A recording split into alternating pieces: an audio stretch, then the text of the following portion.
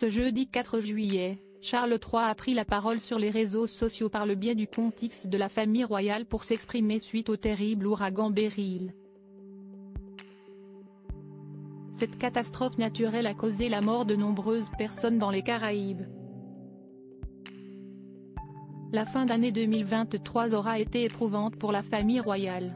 Le 24 novembre dernier, le magazine Hello apprenait qu'un proche de la famille royale avait rendu son dernier souffle le 20 novembre dernier. Il s'agit de Lady Penn, l'une des dames de compagnie de la reine Elisabeth II pendant de longues années.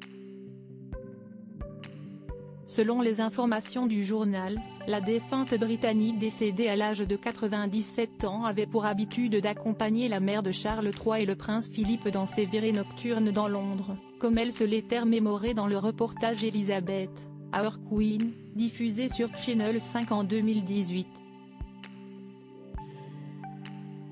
Quelques jours auparavant, le 30 octobre plus précisément, le roi Charles III perdait son grand cousin, à l'âge de 83 ans.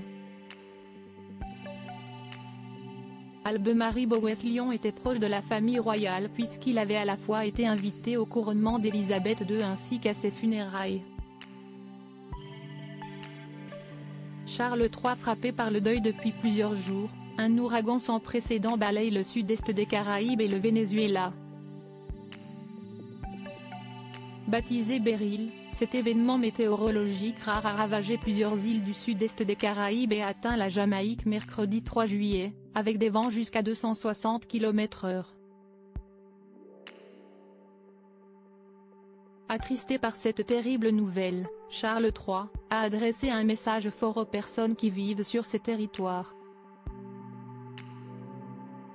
Ma famille et moi-même avons été profondément dévastés d'apprendre les terribles destructions causées par l'ouragan Beryl dans les Caraïbes, a écrit le souverain de 75 ans dans un communiqué partagé sur X. Nous adressons avant tout nos sincères condoléances aux amis et aux familles de ceux qui ont cruellement perdu la vie, a-t-il ajouté par la suite. Avant de poursuivre, j'ai été témoin de l'extraordinaire esprit de résilience et de solidarité dont les habitants des Caraïbes ont fait preuve en réponse à de telles destructions, un esprit qui a été trop souvent sollicité, et j'adresse donc également ma gratitude particulière aux services d'urgence et aux bénévoles qui soutiennent les efforts de sauvetage et de récupération. Rappelons que le mari de Camilla Parker Bowles est le roi du Royaume-Uni, mais aussi du Commonwealth, dont font notamment partie la Jamaïque, Saint-Vincent et les Grenadines, Sainte-Lucie, les Bahamas, la Grenade et Belize.